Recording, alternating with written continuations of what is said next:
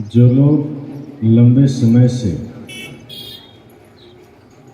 धर्म सत्संग से जुड़े होते हैं, संतों का संग करते हैं, सुबह शाम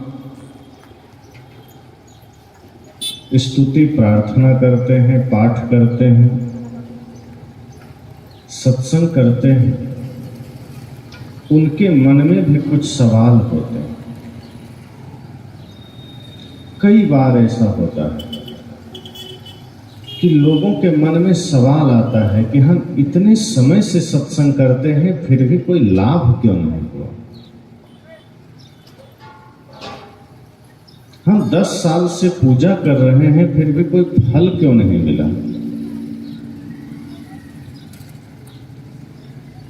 20 साल से जाप कर रहे हैं, कोई लाभ क्यों नहीं मिला। ऐसे ऐसे सवाल लोगों के मन में होते हैं। गुरु कहते हैं कि तुम जाप करते चले जाओ, लाभ मिलेगा। गुरु कहते हैं सत्संग करते चले जाओ, तुम्हें लाभ मिलेगा। आदमी इसी उम्मीद में जाप करता है, पूजा करता है, सत्संग करता है, लेकिन समय बीतता चला जाता है और वही सवाल उसके मन में होता है कि मैं इतने लंबे समय से कर रहा हूं, कोई लाभ क्यों नहीं होता। इसका क्या कारण हो सकता है? जाप यदि सही दिशा में चल रही है, सत्संग यदि सही दिशा में चल रहा है, तो लाभ क्यों नहीं मिलेगा। एक आदमी, आवाज ठीक करिए, गूंज रही है। एक आदमी अपने घर में अपने खाट पर लेटा हुआ था और पेट के बल लेटा था और हाथ पैर पटक रहा था। उसका एक मित्र आया, कहा तुम ये क्या कर रहे हो, ये तुम हाथ पांव क्यों पटक रहे हो चारपाई पर। उसने कहा मैं तैरना सीख रहा हूं। कहा ये खाट पर हाथ पैर पटक कर तैरना कौन सीखता है। कहा मैं सीख रहा हूं, लेकिन पता नहीं चूक कहां हो रही है, अब तक मैं तैरना नहीं सीखा। उसके मित्र ने कहा ये कितने दिन से कर रहे हैं। कहा लगभग 15 वर्ष हो गए, प्रतिदिन 2 घंटे खाट पर लेट करके हाथ पैर पटकता हूं, पर त्रुटि कहां हो रही है, अभी तक हमने तैरना नहीं सीखा। उसके मित्र ने कहा सबको पता है त्रुटि कहां हो रही है। 15 साल नहीं, 15 जन्म तक तुम ऐसे ही खाट पर लेटे लेटे हाथ पैर पटकते रहो, तैरना कभी नहीं सीख पाओगे। कहा तो करें क्या। कहा खाट पर लेट कर कोई तैरता है क्या। तैरना सीखना है तो तुम्हें तालाब में, पानी में उतरना पड़ेगा।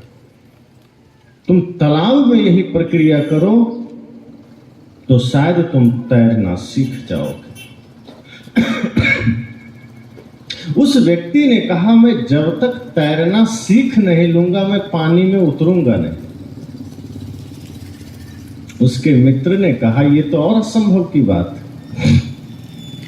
जब तक तुम तैरना सीख नहीं जाओगे, पानी में उतरोगे नहीं,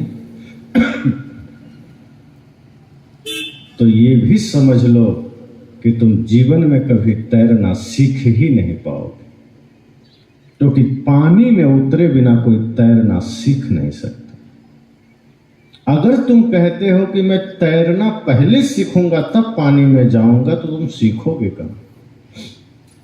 कोई आदमी कहे कि जब तक मैं पढ़ लिख नहीं लूंगा, विद्यालय नहीं जाऊंगा, तो पढ़ेगा कब। कोई कहे कि मैं जब तक स्वस्थ नहीं हो जाऊंगा, अस्पताल नहीं जाऊंगा, तो स्वस्थ कहां होगा। ये तो ऐसा ही है जैसे कोई आदमी कहे कि मैं जब तक स्नान नहीं कर लेता, मैं नहा नहीं लेता, बाथरूम में घुसूंगा नहीं। तो बाथरूम में फिर घुसोगे किस लिए। जब तुम पहले ही नहा लोगे कहां नहा लोगे? उसके मित्र ने कहा तुम्हें उतरना पड़ेगा तालाब में, तुम्हें उतरना पड़ेगा पानी में। जब तुम जल में उतरोगे तो ही तैरना सीख सकते हो। ये चारपाई पर हाथ पैर पटकने से तैरना नहीं सीख सकते। कोई आदमी यदि कहता है कि मैं 15 साल से भजन कर रहा हूं, सत्संग कर रहा हूं, पता नहीं भूल कहां हो रही, सत्संग कर रहा हूं, पता नहीं त्रुटि कहां हो रही है। एक शिष्य अपने गुरु के पास गया यही सवाल लेकर कि गुरुदेव मैं 20 साल से भजन कर रहा हूं, अब तक मन शांत नहीं हुआ। मैं 20 साल से भजन कर रहा हूं, अब तक हमारे भाई भाई के झगड़े नहीं मिटे। मैं 20 साल से भजन कर रहा हूं, अब तक हमने जीवन के सत्य को न जाना, कोई परिवर्तन नहीं हुआ। गुरु जी ने कहा भजन का अपमान मत करो। तुम्हें लगता है भजन में त्रुटि है, तुम्हें लगता है भजन ही कमजोर है। तुम भजन के बारे में ऐसा बोल करके भजन का अपमान मत करो कि भजन से कुछ नहीं हुआ। तुम्हारी प्रक्रिया ही गलत होगी भजन करने की। तुमने भजन ही ठीक से नहीं किया होगा, तुमने उपासना ही ठीक से न की होगी। उसने कहा मैं तो विधि विधान से किया हूं, जैसा आपने बताया वैसा ही किया हूं। गुरु जी ने कहा ये तो ऐसी ही बात है जैसे तुम गाय दोहने चले जाओ, बाल्टी की जगह चलनी लेके चले जाओ। चलनी होती है ना आटा छानने वाली। गुरु जी ने कहा तुमने बाल्टी छोड़ दिया, चलनी लेके तुम चले गए और उसमें गाय दूह रहे हो। अब दूध रुकेगा उसमें? एक भी बूंद मिलेगा पीने को? और तुम ये कहो कि मैं 15 साल से गाय दूह रहा हूं इसी चलनी में, आज तक दूध पीने को नहीं मिला। यही तुम भजन में कर रहे हो। 15 साल से 20 साल से तुम भजन कर रहे हो, लेकिन चलनी लेके कर रहे हो। तुम कुछ समाहित अपने में कर ही नहीं पा रहे हो। जो सूत्र, जो ज्ञान, जो रास्ता गुरु जी ने दिया है वैसा तुम कर ही नहीं रहे हो। तुम तो भजन भी डर से करते हो, तुम तो पूजा भी डर से करते हो। भगवान की पूजा नहीं करेंगे तो भगवान नाराज हो जाएंगे, इस ख्याल से तुम पूजा करते हो। मंदिर में जाके पूजा नहीं करेंगे तो घर में अनिष्ट हो जाएगा, इसलिए पूजा करते हो। खुशी से, आनंद से, उमंग से, उत्साह से पूजा कहां करते हो? सत्संग कहां करते हो?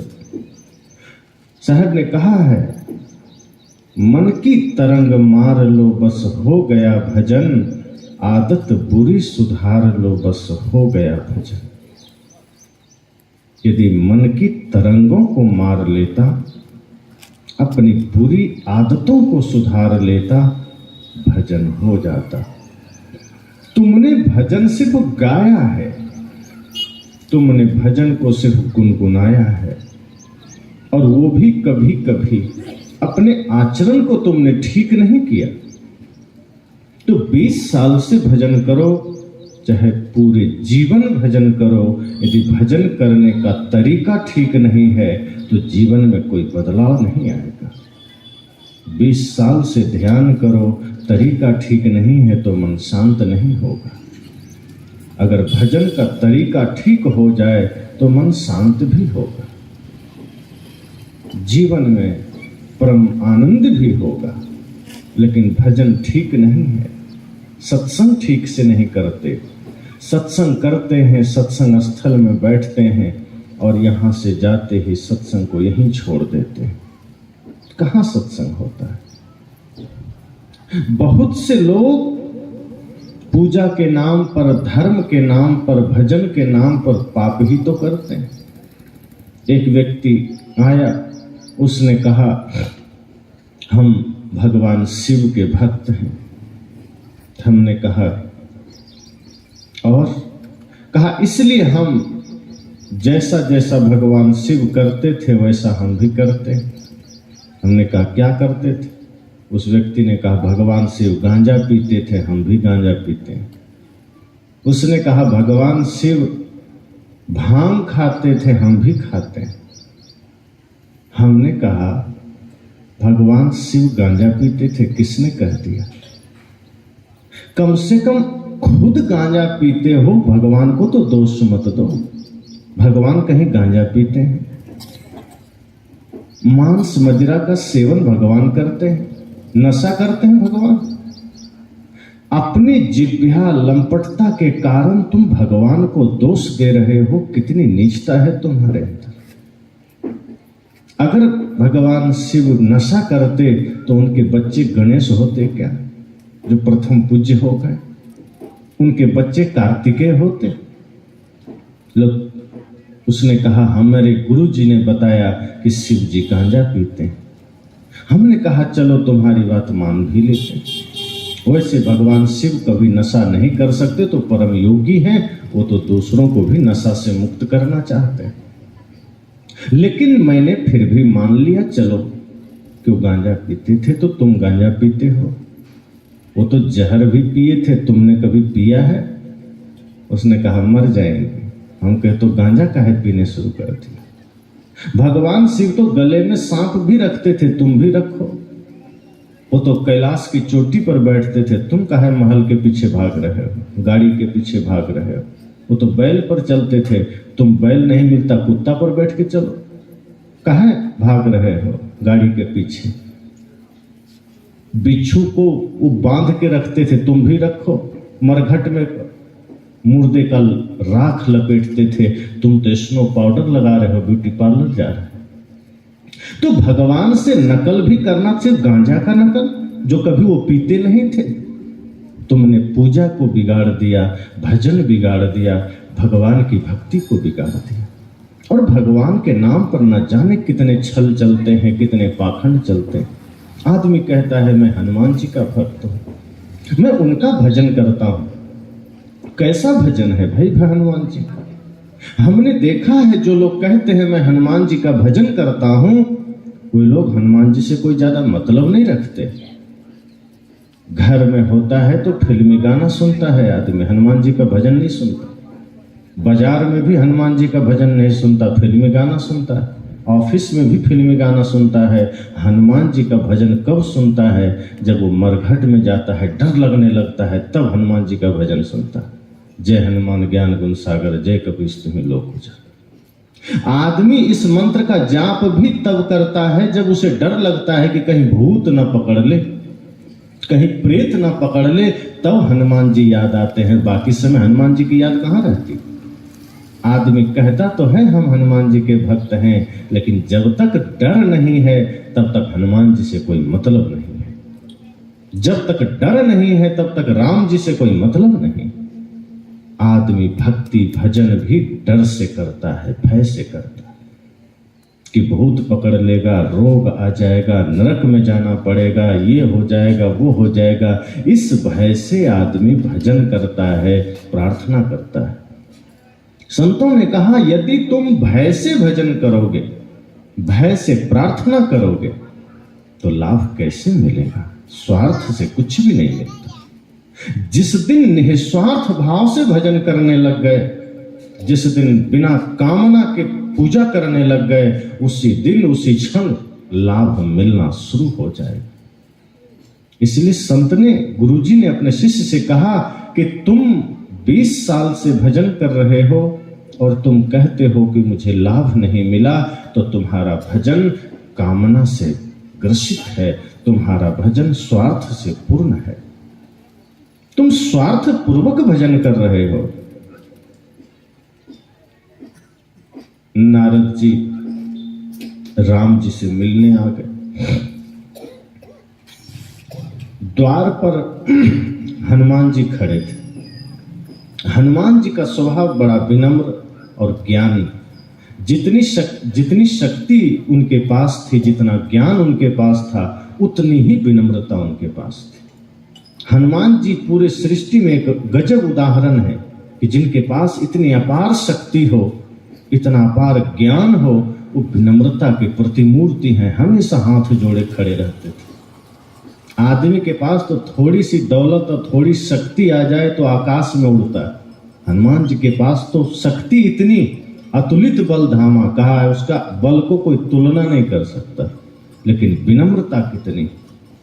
तो वो हनुमान जी गेट पर हाथ जोड़कर खड़े हैं। नारद जी आ गए नारायण नारायण करते हुए। नारद जी ने हनुमान जी से कहा कि मुझे प्रभु श्री राम से मिलना है।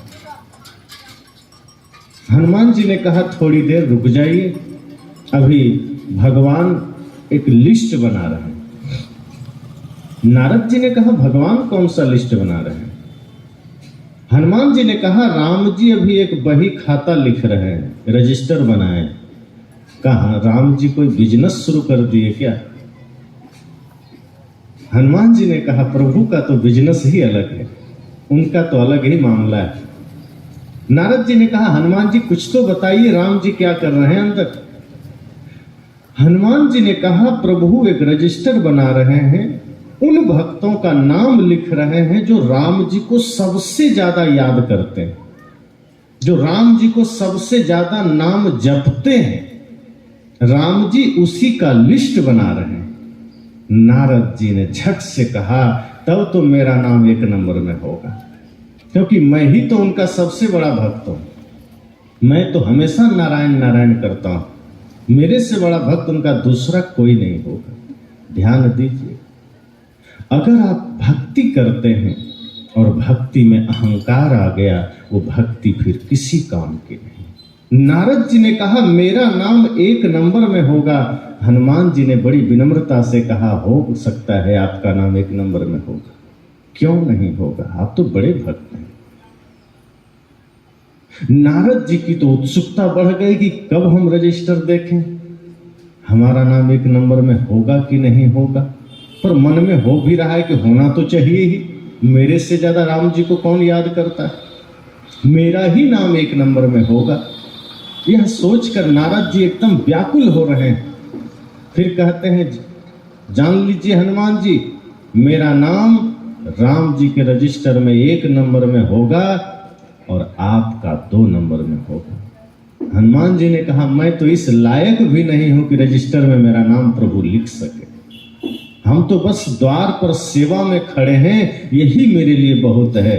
नारद जी ने कहा नहीं नहीं, मेरे बाद तो आपका स्थान आना ही चाहिए, एक में तो मेरा नाम होना ही चाहिए, लेकिन 2 में तो आपका होना चाहिए। हनुमान जी ने कहा रहने दीजिए। राम जी कहीं अलग हटे। नारद जी ने कहा मुझे रजिस्टर देखने दीजिए। उत्सुकता में नारद जी अंदर घुसे, रजिस्टर निकाले। जैसे ही पन्ना उल्टा, देखते हैं एक नंबर में नारद का ही नाम लिखा है। अब तो पहले से सोच रहा था मेरा नाम एक नंबर में होगा। जैसे ही देखते हैं नारद जी 2 फीट और उछल गए। कह देखा हनुमान जी, मैंने कहा था ना कि प्रभु का सबसे बड़ा भक्त मैं, एक नंबर में मेरा नाम है। हनुमान जी ने कहा बिल्कुल सही बात, आप भगवान के सबसे बड़े भक्त हैं, इसलिए एक नंबर में आपका नाम है। लेकिन जैसे ही नीचे देखते हैं तो 2 नंबर में किसी और का ही नाम था, हनुमान जी का नाम ही नहीं था। नारद जी को थोड़ा शंका हुई, 3 में 4 में 5 में पूरा रजिस्टर उलट दिया, कहीं हनुमान जी का नाम नहीं था। अब नारद जी थोड़ा शंका में पड़ गए। कहा ये तो गड़बड़ बात है, मेरा नाम एक नंबर में था, है आपका 2 में होना चाहिए, कहीं नहीं आपका नाम। क्या हो गया प्रभु को, राम जी ने आपका नाम रजिस्टर में क्यों नहीं दिया? आप भी तो बहुत बड़े भक्त हैं मेरे बाद। हनुमान जी ने कहा हो सकता है त्रुटि हो गई होगी, हो सकता है मिस्टेक हो गया होगा, नहीं लिखाया होगा। नारद जी ने कहा ये कोई प्रेस से छप के तोड़े आया है जो प्रिंटिंग मिस्टेक होगा, ये तो राम जी ने अपने हाथों से लिखा है। प्रेस से छप के आता चलो मान लेते प्रिंटिंग मिस्टेक हुआ, ये तो राम जी ने खुद लिखा है, आपका नाम कैसे छूट गया? अब जितनी खुशी नारद जी को हुई थी वो थोड़ा शंका में आ गए, क्योंकि नारद भी जान रहे हैं कि हनुमान की ताकत क्या है, वो भी जान रहे हैं कि हनुमान भी कोई साधारण भक्त नहीं है, और यदि इस रजिस्टर में हनुमान का नाम नहीं है तो मेरा नाम है भी तो क्या मतलब, वो भी जान रहे हैं। लेकिन अहंकार मन में है, घमंड है। संत कहते हैं अगर अहंकार से भक्ति आप कर रहे हैं, अहंकार से भजन कर रहे हैं, उसका कोई फल नहीं मिलेगा। नारद जी व्याकुल हो उठे कि इसमें कैसे आपका नाम नहीं है। जानते हैं हनुमान जी ने तब क्या कहा? कहा नारद जी एक रजिस्टर और है। अब नारद जी का काम खड़ा हो गया। कहा अब कौन सा रजिस्टर है? कहा एक रजिस्टर और है। नारद जी ने कहा उसमें क्या है? हनुमान जी ने कहा अभी जो रजिस्टर आपके हाथ में है इसमें उन भक्तों का नाम है जो राम जी को सबसे ज्यादा याद करते हैं, और एक रजिस्टर और है उसमें उनका नाम है जिनको स्वयं राम जी याद करते हैं, जिनको स्वयं प्रभु श्री राम उसका नाम जपते हैं। अब नारद जी का जो पूरा अहंकार से फूल गए थे, पचक के एकदम बैलून से जब हवा निकल जाती है ना तो पचक जाता, वैसे ही हो गए। अब नारद जी कहते हैं अब तब तो हम लोग का कोई मोल ही नहीं रहा, हम तो राम जी को याद कर रहे हैं, तब एक में नाम है। वो रजिस्टर ऐसा कैसा है जिसमें स्वयं भगवान याद करते हैं? अब नारद जी की उत्सुकता बढ़ गई। कहा मुझे वो रजिस्टर भी देखना है। कहीं जाके देखे, खोजे, पूरा इधर उधर रजिस्टर मिल गई। जैसे ही रजिस्टर को उलटते हैं पूरे रजिस्टर में सिर्फ एक ही नाम लिखा था, हनुमान। अब नारद जी का सारा अहंकार खत्म हो चुका था, उनका सारा घमंड खत्म हो चुका था। जिस हनुमान जी के सामने वो अहंकार में बड़ी बड़ी बातें बोले चले जा रहे थे, अपना आत्म प्रशंसा किए चले जा रहे थे, और देख रहे थे कि ये हनुमान जो इतने विराट हैं, इतने शक्तिशाली, इतने विनम्र हैं और शांत खड़े हैं। अब हनुमान जी की विनम्रता को देखकर नारद जी को बात समझ में आ गई कि अहंकार कभी भी नहीं करनी चाहिए, अहंकार में भक्ति भी खत्म हो जाती है। हनुमान जी सामने मुस्कुरा रहे हैं, नारद जी हनुमान जी का पैर पकड़ लेते हैं कि हम राम जी के पास तो बाद में पहुंचेंगे, पहले आप क्षमा कर दीजिए, हम बड़े अहंकार में आ गए थे, हम बड़े घमंड में आ गए थे। हनुमान जी ने कुछ नहीं, उन्होंने कहा भक्ति का मतलब ही है जहां कोई कामना नहीं होनी चाहिए कि मैं बड़ा हूं कि तू छोटा है, कि मुझे ये मिल जाए वो मिल जाए। कहा भक्ति में जैसे ही कामना आ गई समझना वो भक्ति रह ही नहीं गई। जो लोग सत्संग भी कामना के लिए करते हैं, कुछ पाने के लिए करते हैं, भजन भी कुछ पाने के लिए करते हैं, संत कहते हैं इसीलिए अब तक मन शांत नहीं हुआ। भजन जब करो तो भजन में डूब जाओ, कुछ मत सोचो। संत कहते हैं जब आप प्रार्थना भी करिए ना, प्रार्थना जब गाइए, कोई मंत्र का जाप करिए, कुछ गुनगुनाइए, तो उस वक्त दुनियादारी का ध्यान मत करिए, वो जो शब्द है उसमें मन को केंद्रित कर दीजिए। जैसे कोई भी भजन आप गाते हैं, कोई भी प्रार्थना गाते हैं, कोई सदगुरु देव की जय ही बोल रहा है, कोई जय श्री राम बोल रहा है, कोई ओम नमः शिवाय बोल रहा है, कोई सदगुरु नमः बोल रहा है। संत कहते हैं जब आप इन शब्दों का स्मरण करते हैं उस वक्त दुनिया से अपने मन को हटा लीजिए और आंखें बंद करके उन शब्दों में लीन हो जाएगी, फिर आप देखेंगे आपका मन शांत हो जाएगा। लेकिन आदमी नाम भी जप कर रहा है, दुनियादारी को भी सोच रहा है, प्रार्थना में पूरा उतर नहीं पाता, दूसरों को गाली भी दे रहा है, उसी मुख से प्रार्थना भी जप रहा है, इसी मुख से प्रभु का नाम भी ले रहा है, इसी मुख से गंदी वाणी भी बोल रहा है, इसी मुख में गलत चीज खा भी रहा है, नशा भी कर रहा है। संत कहते हैं अगर तुमने भजन का तरीका ही गलत इस्तेमाल किया है तो मन कैसे शांत होगा। अगर तुमने दूध ही चलनी में निकाला है तो दूध टिकेगा कहाँ। दूध को अगर टिकाना है तो बढ़िया बर्तन ले जाना होगा जिसमें दूध रह सके। तुमने तो अपने जीवन को चलनी बना लिया है, उधर से ज्ञान आया निकल के चला गया, गुरु का वाणी आप पर मिला निकल के चला गया, अंदर कुछ टिकता ही नहीं है। तभी तो घर के झगड़े नहीं मिट पाते, मन के झगड़े नहीं मिट पाते। आदमी आज मानसिक झगड़े में पड़ा हुआ है। कई लोग दूसरों से विवाद नहीं भी करता है, झगड़ा नहीं भी करता है, लेकिन आदमी मानसिक समस्याओं से घिरा हुआ है।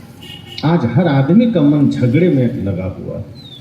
कोई दूसरे से झगड़ा हो तभी बात नहीं, आदमी मन ही मन झगड़ रहा है, पीड़ित हो रहा है, दुखी हो रहा है, मन ही मन न जाने कितने सारे जाल बुन रहा है। इसलिए संत जन कहते हैं, भजन अगर करना है तो भजन सही तरीके से करिए, ध्यान करना है तो सही तरीके से करिए। लाभ क्यों नहीं मिलेगा? यदि आपको भूख लगी है, थाली में भोजन सामने आ जाए तो आप मिला करके अगर एक एक कौर मुख में डालेंगे, चबा चबा कर उसको निगलते चले जाएंगे तो भूख तो जरूर मिट।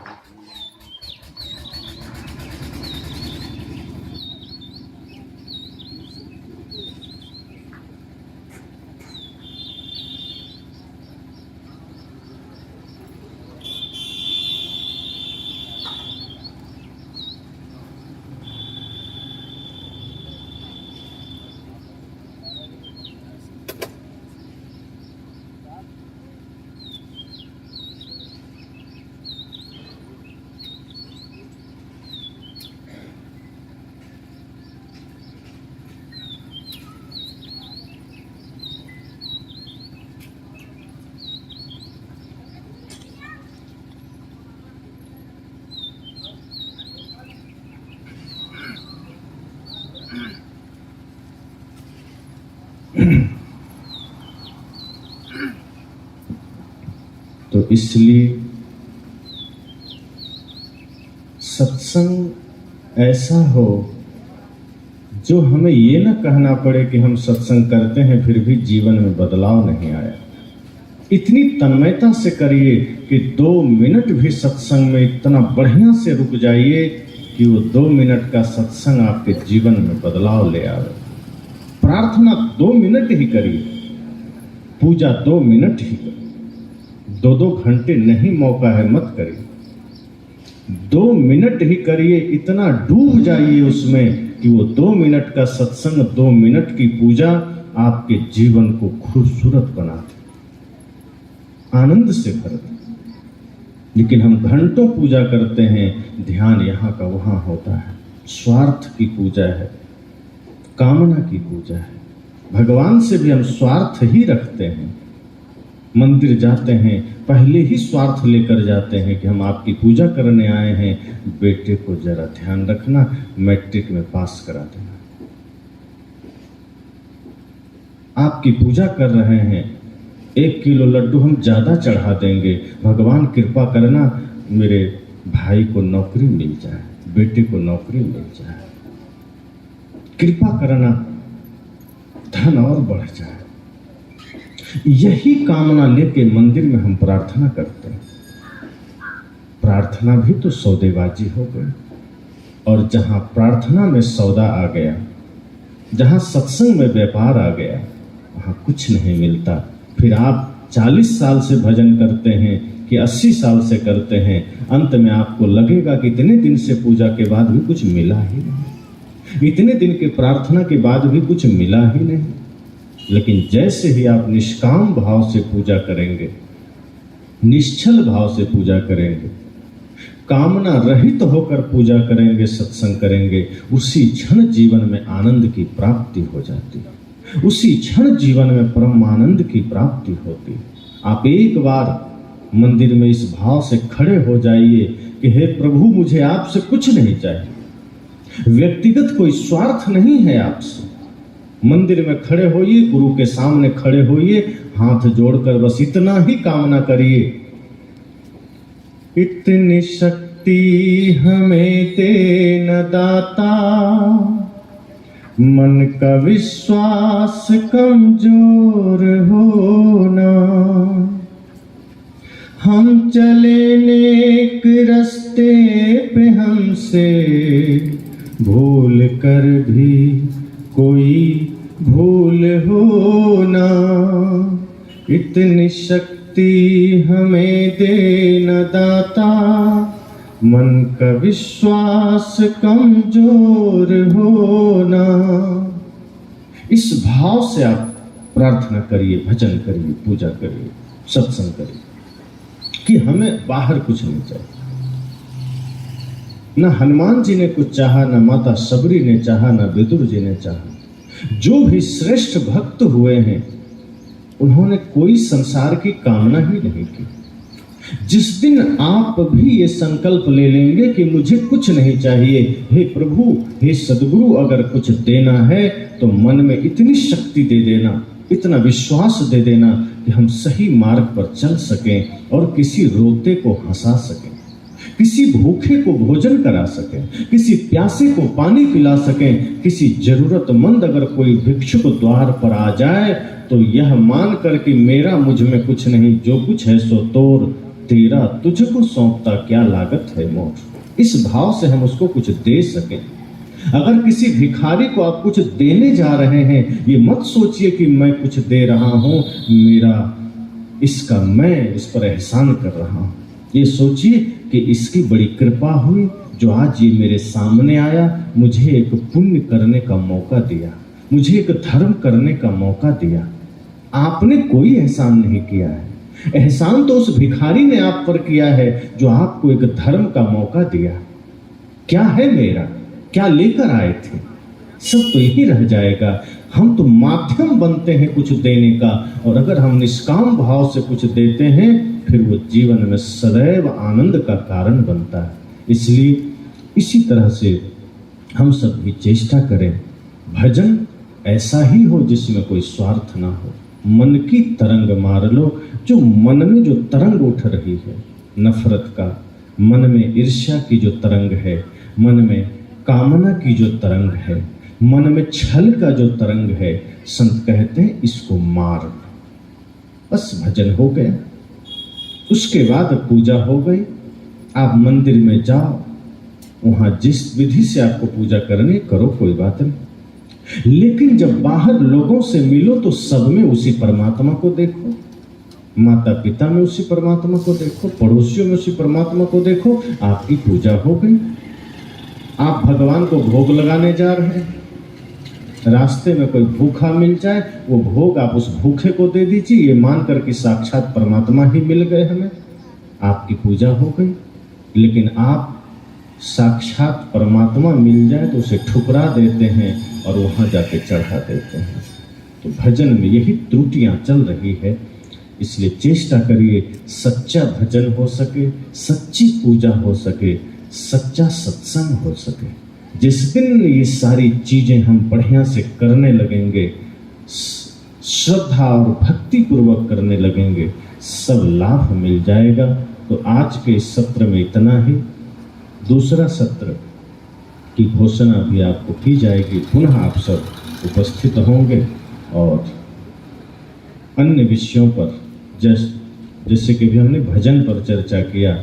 तो पूजा क्या है, असली पूजा क्या है और कैसे करनी चाहिए, और लोग जो पूजा कर रहे हैं उससे क्या मिलेगा, और आदमी पूजा करने का तरीका क्या इस्तेमाल करते हैं, इन सारे विषयों पर हम दूसरे सत्र में चर्चा करेंगे।